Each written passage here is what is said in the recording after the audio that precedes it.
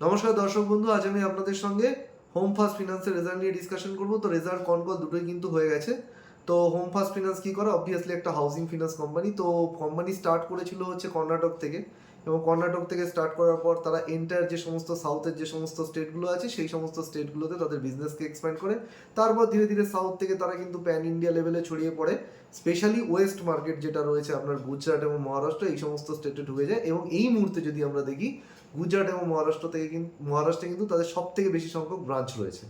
তো কোম্পানি তো housing loan দেয় 83%, যে মানে তাদের টোটাল লোন তারা হাউজিং লোন দেয়। বাকি 16% তারা দেয় হচ্ছে লোন এগেন্স্ট প্রপার্টি, মানে ধরুন কমার্শিয়াল লোন এগেন্স্ট প্রপার্টি। কারোর ধরুন মানে বিজনেস আছে, মানে তাদের কারোর ধরুন দোকান আছে, সে সেই দোকান বন্ধক রেখে লোন নিতে পারে, তো সেটাকেই বলা হচ্ছে commercial loan against property. Plus নতুন দোকান কেনার জন্য কিন্তু লোন দেয়। তো এবার যদি আমি চলে আসি যে কোম্পানির কাস্টমার টাইপ কেমন। কোম্পানি বেসিক্যালি তাদের মেজরিটি লোন দেয় কিন্তু যারা চাকরি করে তাদেরকে, মানে স্যালারিড লোককে কিন্তু লোন দেয় 68%, আর বাকি 32% লোন দেয় হচ্ছে যারা ছোটোখাটো ব্যবসা করে বা সেলফ এমপ্লয়েড তাদেরকে। তো মেন কাস্টমার হচ্ছে এখানে স্যালারিড কাস্টমার। মানে আমরা যদি দেখি, আনলাইক আদার যে সমস্ত কোম্পানি আছে এই সেক্টরে, তারা কিন্তু বেশিরভাগ কিন্তু মানে অ্যাফোর্ডেবল হাউজিং সেগমেন্টে বিশেষ করে তারা কিন্তু লোন দেয় কিন্তু সেলফ এমপ্লয়েড ক্যাটাগরিতে। এরা কিন্তু লোন দেয় কিন্তু স্যালারিড ক্যাটাগরিতে, এবং স্যালারিড ক্যাটাগরিতে কিন্তু মানে স্যালারিড ক্যাটাগরির যে কাস্টমার তারা অবভিয়াসলি না, তারা বেটার কাস্টমার, মানে তাদের মানে লোনে ডিফল্ট করার কিন্তু চান্স কম থাকে। তো এটা কিন্তু একটা খুব বড় ইম্পর্টেন্ট জিনিস। এবং তাদের যে অ্যাভারেজ টিকিট সাইজ এই মুহূর্তে যদি দেখি, মানে লোনের যে অ্যাভারেজ টিকিট সাইজ সেটা কিন্তু 12 lakh. Majority of the loan মানে 51%, মানে 50%-এর উপর লোন তারা দেয় হচ্ছে 10 থেকে 20 লাখ এই মানে টিকিট সাইজের মধ্যে। এবং 10 লাখের নিচে যে লোন তারা দেয় মাত্র 19%, মানে 10 লাখের নিচে লোন তাদের টোটাল লোন বুকের মাত্র 19%। মানে আমরা বুঝতে পারছি যে কোম্পানি কিন্তু মানে হাই টিকিট সাইজ, মানে তুলনামূলকভাবে তাদের যে সমস্ত নিয়ারেস্ট কম্পিটিটর আছে তাদের থেকে কিছুটা হাই টিকিট সাইজ লোন দেয়, এবং স্যালারিড কাস্টমারকে দেয়, মানে তাদের কাস্টমার কোয়ালিটি কিন্তু বেটার। এবং এখান থেকে কিন্তু আমরা দেখতে পাবো, মানে তাদের যদি মানে আমরা ফিনান্সিয়াল পারফরমেন্স আলোচনা করি, আপনি দেখতে পাবেন যে এই মানে এর ইম্প্যাক্টটা অ্যাকচুয়ালি কোথায় পড়ছে। তো যদি আমরা তাদের লোন বুকের গ্রোথ দেখি, লোন বুকের গ্রোথ হচ্ছে 25% লাস্ট বছরের মার্চ কোয়ার্টার থেকে এই বছরের মার্চ কোয়ার্টারে। আগে কোম্পানির গ্রোথ এর থেকেও বেশি ছিল, 28-30%, তার থেকেও কিছুটা আমরা বেশি দেখেছি। রিসেন্ট আমরা মানে কয়েকটা কোয়ার্টার ধরে দেখছি যে লোন বুকের গ্রোথটা কিন্তু কমে গেছে। 6% তাদের লাস্ট কোয়ার্টার থেকে এই কোয়ার্টারে গ্রোথ এসছে। যদি তাদের নেট ইন্টারেস্ট ইনকামের গ্রোথ দেখি, সেটা কিন্তু 41% গ্রোথ এসছে। তাদের ইল্ড কিন্তু এখানে কিন্তু আমরা দেখবো লাস্ট ইয়ারে ছিল 13.5%, এটা কমে হয়ে গেছে 13.2%। ইল্ড কমে যাওয়ার কারণ হচ্ছে তারা কিন্তু এই লোনটার যে রেট, মানে সেটা কিন্তু তারা কিছুটা মানে তারা যে রেটে আর কি মানে লোন দেয় সেই রেটটা কিন্তু কিছুটা তারা কমিয়েছে। তার কারণটা হচ্ছে মানে আমরা দেখতে পাচ্ছি যে না, এই কোম্পানি যে ধরনের কাস্টমারদেরকে নিয়ে কাজ করে সেটা মানে হাই কোয়ালিটি কাস্টমার। তো সুতরাং এর যারা কম্পিটিটর আছে তারা যে রেটে আর কি তার কাস্টমারের থেকে আর কি মানে চার্জ করতে পারে ইন্টারেস্ট, এই কিন্তু সেই রেটটা চার্জ করবে না জেনারেলি। তো এটা তো গেল একটা, তার ইল্ড কিছুটা কমেছে। আর দ্বিতীয় যেটা বিষয় হচ্ছে সেটা হচ্ছে মানে তার যে কস্ট অফ বরোয়িং, তার কস্ট অফ ফান্ড কিন্তু সেটাও পড়েছে। 8.4% ছিল লাস্ট কোয়ার্টারে, মানে লাস্ট বছরে ছিল 8.4% মার্চ কোয়ার্টারে। এটা হয়ে হয়ে এখন দাঁড়িয়েছে কিন্তু 7.9 থেকে 8%-এর কাছাকাছি।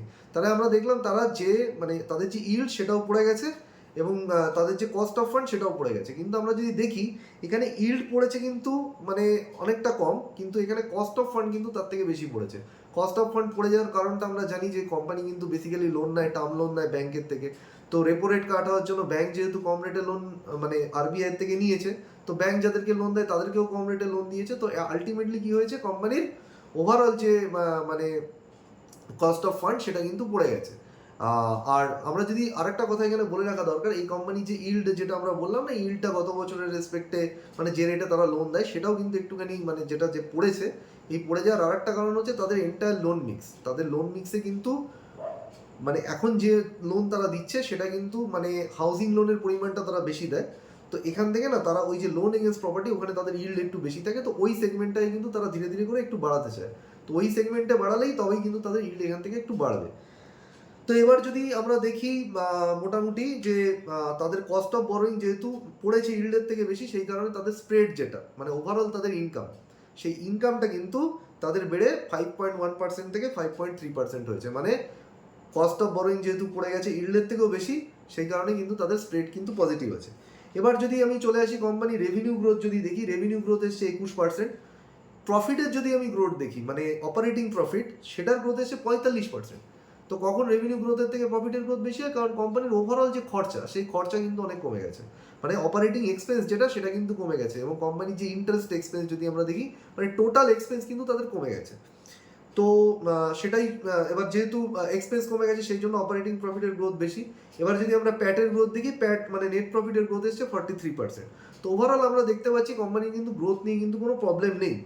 এবার কোম্পানির ম্যানেজমেন্ট কিন্তু যদি আমরা দেখি তাদের যে ক্রেডিট কস্ট, সেই ক্রেডিট কস্টটা কিন্তু মোটামুটি যেটা লাস্ট বছরে ছিল 30 বিপিএস তাদের ক্রেডিট কস্ট ছিল, ক্রেডিট কস্টটা কিন্তু এই মুহূর্তে আছে 40 বিপিএস। মানে তারা ক্রেডিট কস্ট কিন্তু সামান্য বাড়িয়েছে, এমন নয় যে ক্রেডিট কস্ট বিশাল বেড়েছে, খুব সামান্য পরিমাণ কিন্তু ক্রেডিট কস্ট এখানে বেড়েছে, মানে ক্রেডিট কস্ট তারা মোটামুটি স্টেবল রেখেছে।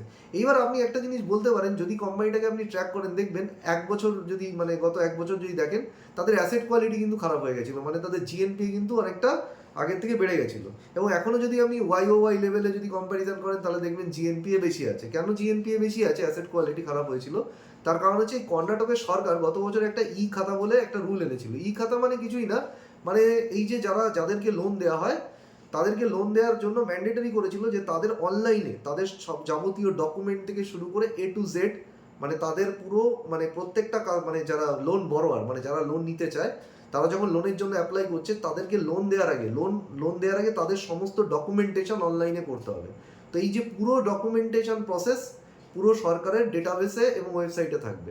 তো সেই প্রসেসটার জন্য কিন্তু মানে মানে মানে মানে এই যে সেগমেন্টটা, সেখানে কিন্তু অনেক দেখেছিলাম যে আমরা অ্যাসেট কোয়ালিটির কিন্তু সমস্যা হয়েছিল, মানে বেসিক্যালি এর জন্য। প্লাস তামিলনাড়ুতেও কিন্তু গত বছর সম্ভবত একটা খরা হয়েছিল।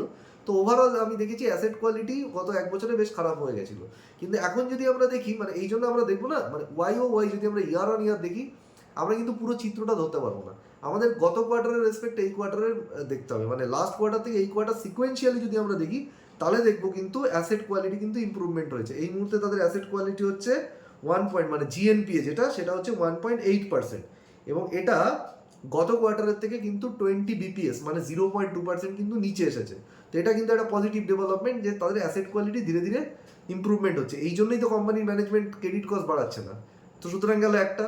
দ্বিতীয় হচ্ছে যদি দেখি তাদের স্লিপেজ রেশিও, সেটাও ডাউন হয়েছে। স্লিপেজ রেশিও ইন্ডিকেট করে আগামী দিনে তাদের অ্যাসেট কোয়ালিটি আবার খারাপ আসতে চলছে, মানে খারাপ আসতে যাচ্ছে, মানে অ্যাসেট কোয়ালিটি আবার খারাপ হতে যাচ্ছে কিনা, আবার এনপি আসতে যাচ্ছে কিনা। তো সেই জায়গাটাতেও কোনো প্রবলেম নেই। তো আগামী দিনে অ্যাসেট কোয়ালিটি খারাপ হওয়ার চান্স নেই। যদি আমরা তাদের দেখি মানে একটা মানে ধরুন মানে ইএমআই একদিনের জন্য মিস করেছে সেই সংখ্যাটা, বা ধরুন 30 দিন মানে এক মাস ইএমআই মিস করেছে সেই সংখ্যাটা, সেটা যতটা মানে গত বছর ছিল সেই রেসপেক্টে কিন্তু পড়ে গেছে। মানে আগামী দিনে তাদের অ্যাসেট কোয়ালিটি, মানে তাদের কাস্টমারদের লোনে ডিফল্ট করার চান্স কিন্তু অনেক কমে গেছে, বা লোনে ডিফল্ট করার চান্স কিন্তু নেই সেভাবে। সুতরাং অ্যাসেট কোয়ালিটি ফ্রন্টে কোনো সমস্যা নেই। কালেকশন এফিসিয়েন্সি ইমপ্রুভ করেছে, তাহলে অ্যাসেট কোয়ালিটি ফ্রন্টে যদি সমস্যা না থাকে, কালেকশন এফিসিয়েন্সি যদি ইমপ্রুভমেন্ট হয়ে থাকে, তাহলে অবভিয়াসলি কোম্পানি কি করবে, কোম্পানি কিন্তু বেশি বেশি করে নতুন লোন দেবে। সেজন্য কি দেখবো আমরা এখানে, ডিসবার্সমেন্ট গ্রোথ দেখবো। কোম্পানির যদি আমরা ডিসবার্সমেন্ট গ্রোথ দেখি, লাস্ট কোয়ার্টার থেকে এই কোয়ার্টারে মানে যদি আমি দেখি 19% ডিসবার্সমেন্ট গ্রোথ হয়েছে, এবং ফুল ইয়ারে গত বছরের মার্চ কোয়ার্টার থেকে এই বছরের মার্চ কোয়ার্টারে 24% কিন্তু ডিসবার্সমেন্ট গ্রোথ হয়েছে। এটা একটা নর্মাল ব্যাপার, মানে যখন কোম্পানির এই কারণেই তো কোম্পানির অ্যাসেট কোয়ালিটি ঠিকঠাক আছে বলে কোম্পানি ক্রেডিট কস্ট কিন্তু গাইডেন্সকে কিন্তু কোম্পানি কিন্তু ক্রেডিট কস্টটাকে মানে বাড়ায়নি, মানে কোম্পানি বেশি করে প্রভিশন করেনি, কারণ তার অ্যাসেট কোয়ালিটি আগে গিয়ে সমস্যা নেই, এবং সেই জন্যই সে বেশি করে লোন ডিসবার্সমেন্ট করেছে। তো এই গেল হচ্ছে ওভারঅল। এবার যদি কোম্পানির আমি আরওই দেখি, আরওই হচ্ছে এই মুহূর্তে আছে 14%। মোটামুটি হচ্ছে আমি দেখবো এই লাস্ট কোয়ার্টার থেকে এই কোয়ার্টারে কিন্তু আরোই বেড়েছে। এক বছরের রেসপেক্টে যদি দেখি তাহলে দেখবো আরোই অনেকটা পড়ে গেছে। রিটার্ন অন ইকুইটি পড়ে যাওয়ার কারণ হচ্ছে গত বছরে এপ্রিল মাসে তারা 1250 কোটি টাকার কিন্তু একটা করেছিল, মানে আপনার ফান্ড রেজ করেছিল, কিউআইপি রুটের মাধ্যমে ফান্ড রেজ করেছিল। তো সেই ফান্ড রেজ যখন করে তখন কি হয়, ইকুইটি বেস বেড়ে যায়, যার জন্য কি হয়, ইকুইটি বেস বেড়ে গেলে আরোই কমে যায়। বাট এটা কিন্তু মানে মানে কোনো সমস্যাই নয় কোম্পানির জন্য, কারণ এটা হচ্ছে ফান্ড রেজিং এর জন্য হয়েছিল। তো এটা দেখবো আমরা কিউ ইমপ্রুভমেন্ট হয়েছে। এবং আমরা যদি দেখি আরও এই মুহূর্তে আছে 4.1%। তো গত বছর এবং গত বছরের রেসপেক্ট এবং লাস্ট কোয়ার্টার থেকে দুটোতেই ইমপ্রুভমেন্ট এসছে। তো কোম্পানির কিন্তু ওভারঅল সমস্ত নাম্বার ঠিক আছে। এবার যদি আমরা গাইডেন্স দেখি, কোম্পানি ম্যানেজমেন্ট এখন যে লোন বুকের গ্রোথ দেখছেন 25%-25%-এরই গ্রোথ গাইডেন্স দিয়েছে 27 সালের জন্য।